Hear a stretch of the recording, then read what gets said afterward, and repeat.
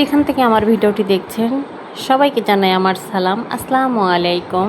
ফারজানা রূপা ব্লগে আপনাদের আরও একবার স্বাগতম জানাই। এই তো মধ্যরাতে উঠেছি, হঠাৎ করে পেটের মধ্যে মনে হয় ইঁদুর দৌড়াচ্ছে, এইরকম ভাব হয়েছে। তাই মনে করলাম জেগে আছি যখন, তাহলে কিছু খেয়েই নিই। তাই উঠে পড়লাম, কিন্তু নিজের ঘরে যে নিজের চুরি করতে হবে এটাও বুঝতে পারিনি। ফ্রিজ খুলতে হচ্ছে আস্তে, খাবার বের করতে হচ্ছে আস্তে। যদি বাবুরা জেগে যায় তাহলে তো সারা রাত আরও জাগিয়ে রাখবে।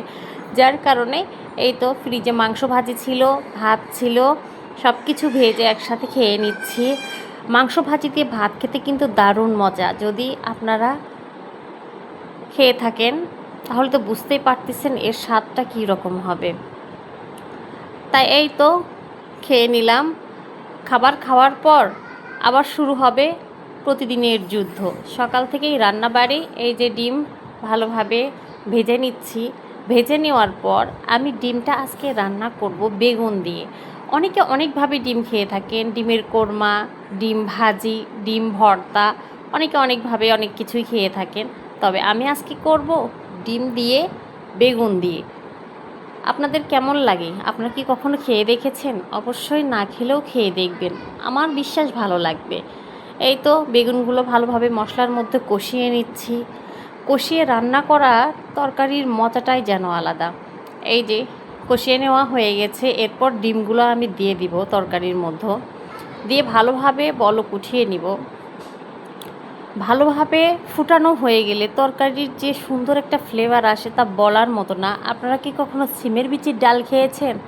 যদি না খেয়ে থাকেন বগুড়ার মানুষের ব্লগ দেখবেন, তাহলেই দেখবেন আপনারাও খাওয়া শিখে গেছেন। কারণ খাবার রাজা বলা হয় বগুড়ার মানুষদের।